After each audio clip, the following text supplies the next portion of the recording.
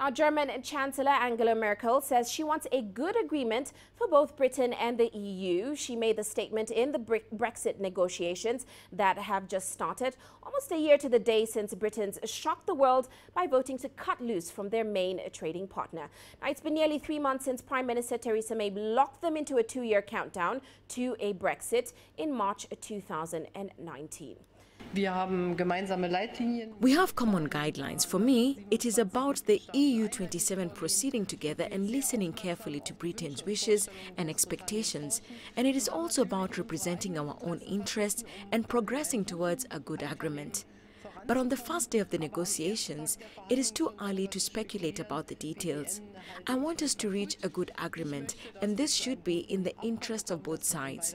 But we 27 will formulate our interests very clearly and hopefully together. On the other hand, we have agreed and informed the British authorities that we want a sequential process. That is to say, firstly, negotiating an orderly withdrawal and only then discussing the foundation for the future relationship. Britain has made varying statements about that during the election campaign there a few weeks ago, but I think that on this point too, we will achieve good results. Well, Mariam Zaidi now joins us in Brussels with an update on today's talks. Mariam, as always, welcome to the show. Now, give us a sense of how day one of the negotiations panned out. Do all parties have a clearer picture of the timetable and certainly the priorities? Sure, Uche. Well, as you were saying there, today has really been an exercise of setting out the timing, priorities and the sequence. And this was all, of course, decided in this first historic meeting of negotiators as the UK sets down the path of becoming the first EU member state to leave the Union. So as you were saying, what we do know is that negotiations will be held in 4-week cycles. The first, of course, was today. And as you were saying, another will follow in the week starting July 17th with one meeting every month till October. And the topics to be discussed are in line, of course, with the EU's demands. So citizen rights, the financial settlement, of course, that big bill that many people say could be between 60 to 100 billion euros for the UK, according to experts. And also, of course, ensuring that there is no hard border between Northern Ireland and the Republic of Ireland. This was very much a very cordial display by both Michel Barnier and David Davis, the two lead negotiators on Brexit. They both, underline that they don't want hostility and they want to really build a future relationship for both the EU and the UK once it exits the EU.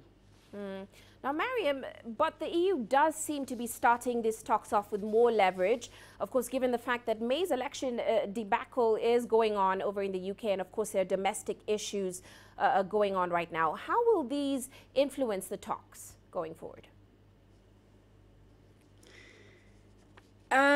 Well, Uche, to be honest, I think right now, or at least today, with all that is going on in the UK from multiple terrorist attacks, there was another potential terrorist attack today. Then we also had the Grenfell Tower fire in London. And then, of course, as you mentioned, the instability caused by Theresa May's election fiasco or misadventure.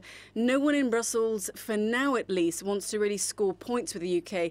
And the fact that the UK, committed, it showed up for these negotiations, it allowed them to start on time is a good sign. But then the question really is, where do negotiations go from here? Now, today has been an exercise to organise future negotiations more than anything else.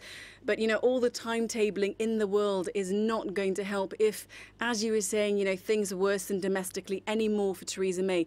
And then what happens to these negotiations is really up for grabs. Now, Mariam, more on where the negotiations will go. We are seeing a shift in London from that pre-election talk of a hard Brexit to a more conciliatory approach. Now, Mariam, any shift in the EU's stance? Well, to be honest, Uche, the EU stance has been very rigid and isn't about to change. They want to set aside the divorce bill and they want to secure citizen rights. They've been saying that for a very long time. And today, the UK has agreed to that. So all good for them on their front for now at least. And on the UK side, lots of people had been thinking that the UK's hard Brexit position was about to change in light of Theresa May's election fiasco.